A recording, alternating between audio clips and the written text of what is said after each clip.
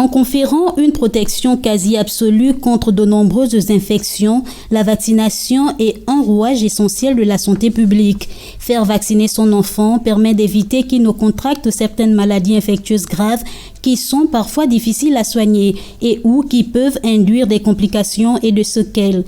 C'est à ce juste titre que la vaccination demeure un moyen de prévention. La vaccination, c'est une prévention. Les vaccins que nous administrons à nos enfants dans les différentes structures sanitaires, c'est pour prévenir un certain nombre de maladies, notamment le pentavalent que nous utilisons, c'est la protection contre les diphtéries, la tuberculose et tout le reste.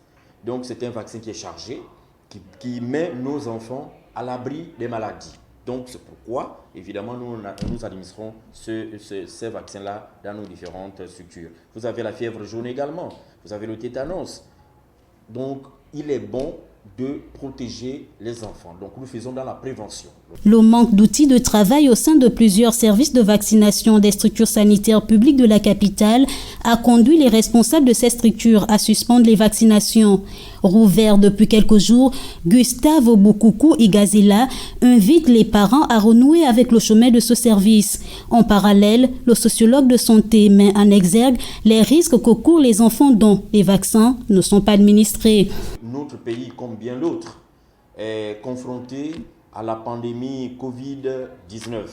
Et cette pandémie a occasionné un certain nombre de dysfonctionnements dans la plupart des structures sanitaires de notre pays. Et en ce qui concerne maintenant la rupture ou la cessation d'activité dans un certain nombre de structures était simplement liée, évidemment, à la non-protection, au manque de protection des équipements de protection des personnels de santé qui travaillent à la base épidémiologique. Et maintenant, l'activité a repris. Même chez nous ici, nous étions en rupture des seringues. Or, c'est Kembo qui nous donne des seringues. Kembo étant fermé, le personnel étant un peu dans un mouvement d'humeur pour réclamer les meilleures conditions de travail, donc la protection de ce personnel-là contre la Covid-19.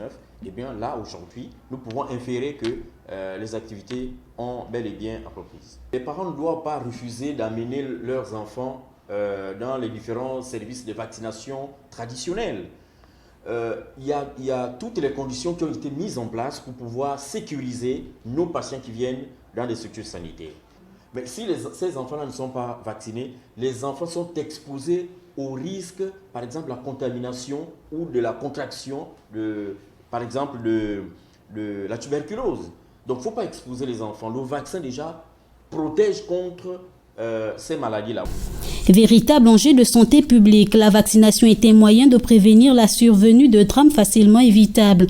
Selon l'Organisation mondiale de la santé, 2 à 3 millions de vies sont sauvées chaque année grâce à cet acte simple de prévention.